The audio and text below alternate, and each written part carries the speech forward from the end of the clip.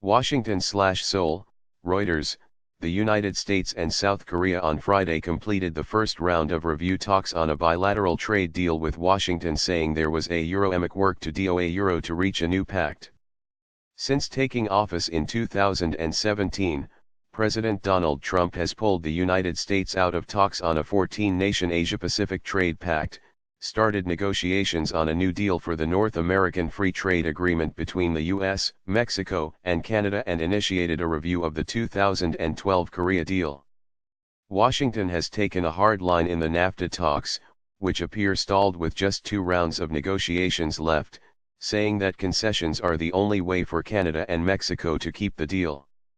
The Korea trade talks will have to strike a balance between Trump trademark's domestic agenda and the need to contain a nuclear-armed North Korea. A swift agreement would have aided that, officials from both sides told Reuters ahead of the talks on Friday.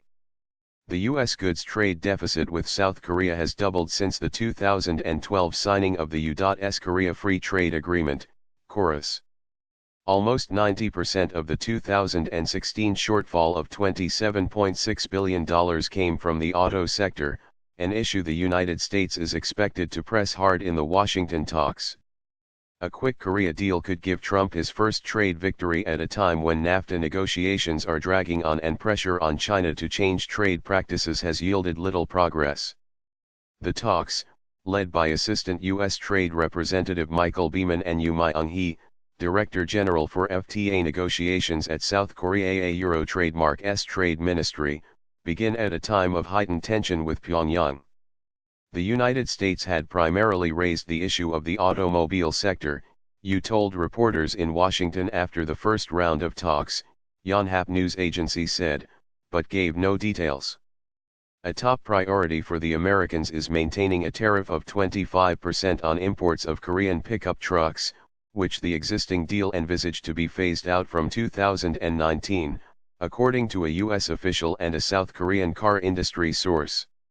South Korea has 2 major automakers, Hyundai Motor and Kia Motors, that rely heavily on exports because of the small size of the domestic market.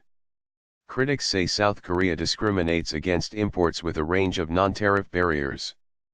South Korean auto companies believe Washington will also seek to increase the 25,000 vehicle per U.S. automaker threshold for U.S. car shipments to South Korea that can enter the country without meeting Seoul trademark's domestic industry regulations.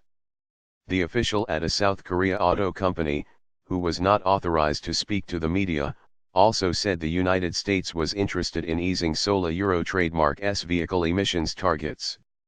These are viewed as discriminating against U.S. autos. Nuclear threat. Since Kim Jong-un took power in North Korea in 2011, Pyongyang has run a series of increasingly powerful nuclear tests and ballistic missile launches, drawing ever tighter sanctions and a freeze on contacts between the 2 Koreas. This week, however, Seoul agreed to high-level talks with the North in response to a new Euro trademark's speech in which the North Korean leader offered an opening to diplomacy. Pyongyang has a long history of seeking to play off Seoul and Washington as well as Beijing and Moscow in its diplomacy. Washington is wary of separate approaches, and there are concerns that disagreements over KORUS could fuel a rift between South Korea and the United States. The election of a left-of-center government in South Korea has raised concerns in Washington that Seoul may now be more willing to engage in talks.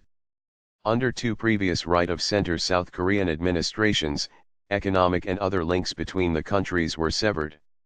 I have a feeling that we will not take any precipitous action on KORUS for the time being, a senior U.S. official said, while acknowledging that Trump and trade hawks within his administration had concerns over the deal.